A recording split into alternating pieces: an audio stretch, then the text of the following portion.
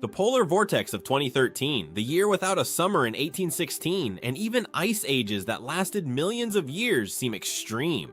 Yet none of them compared to the longest winter Earth has ever experienced, a frozen period that stretched for nearly 300 million years. What caused such an enormous global freeze, and could something like it ever happen again?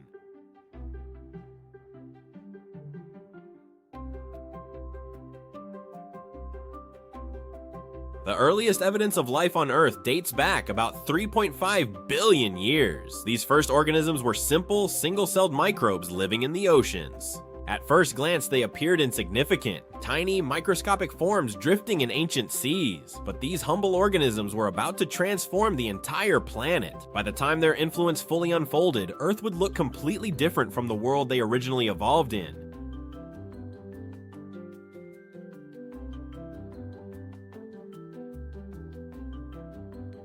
Back then, the planet was almost unrecognizable compared with today. Most of the continents we know had not yet formed, and very little land was visible above the water.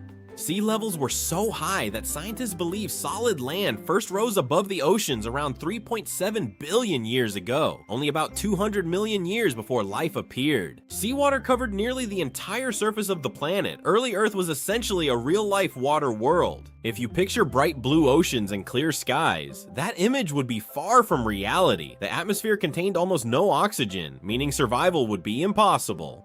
The ocean stretched endlessly and had a greenish tint. Because oxygen levels were extremely low, large amounts of metallic iron dissolved into the seawater, giving it that murky color. It was like a vast, rusty green sea with only occasional patches of land appearing here and there. Those rare land areas were harsh and lifeless. Rocky surfaces with no grass, no plants, and no sand as we know it today. And the sky wasn't much more welcoming. Instead of blue, the atmosphere had an orange hue, almost as if the whole world was covered by a strange filter. Living on land would have been impossible anyway.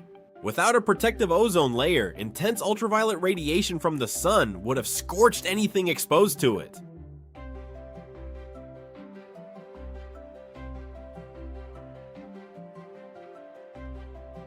The planet itself was also extremely unstable. Geological evidence shows that massive volcanic eruptions were happening across the globe almost constantly.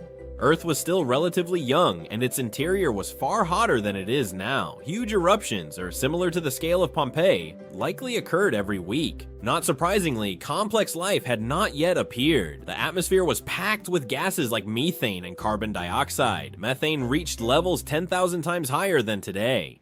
Despite these hostile conditions, life still managed to appear. Single-celled organisms began forming in the oceans, possibly around deep-sea hydrothermal vents. One hypothesis suggests that constant lightning in Earth's turbulent atmosphere transformed methane and nitrogen into amino acids, the basic building blocks of life. Another theory proposes that these compounds arrived from space, delivered by comets and meteorites striking the young planet. Either way, Earth's early atmosphere became a vast natural chemistry laboratory. Over time, chemical reactions produced amino acids and simple sugars. These eventually formed more complex molecules such as RNA. The next step came when RNA molecules became enclosed inside tiny fatty lipid bubbles. These structures were not yet life in the modern sense, but they represented one of the earliest biological systems. These organisms survived by feeding on gases around them. One particular group of microbes, cyanobacteria, evolved a remarkable ability. As they absorbed methane and other compounds, they began releasing oxygen as a byproduct. Around 2.5 billion years ago, this process triggered the Great Oxidation Event. While oxygen might seem beneficial today, its sudden appearance was devastating for many early life forms. Oxygen reacted with methane in the atmosphere, converting it into carbon dioxide and water. Methane had previously acted like a thick insulating blanket around the planet. As methane levels dropped, Earth began losing heat. Microbes in the oceans consumed carbon dioxide and produced more oxygen, causing global temperatures to fall.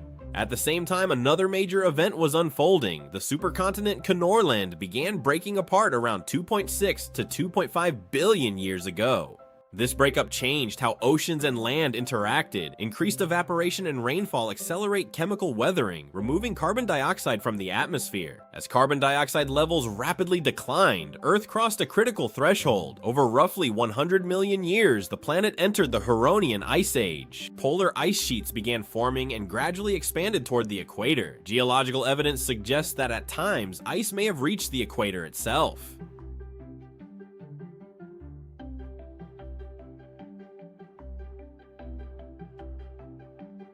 Possibly turning Earth into a near-global snowball. During this time, average global temperatures may have dropped to around 45 degrees Fahrenheit. Many early organisms disappeared from rising oxygen levels that proved toxic, yet some microbes survived and adapted to using oxygen.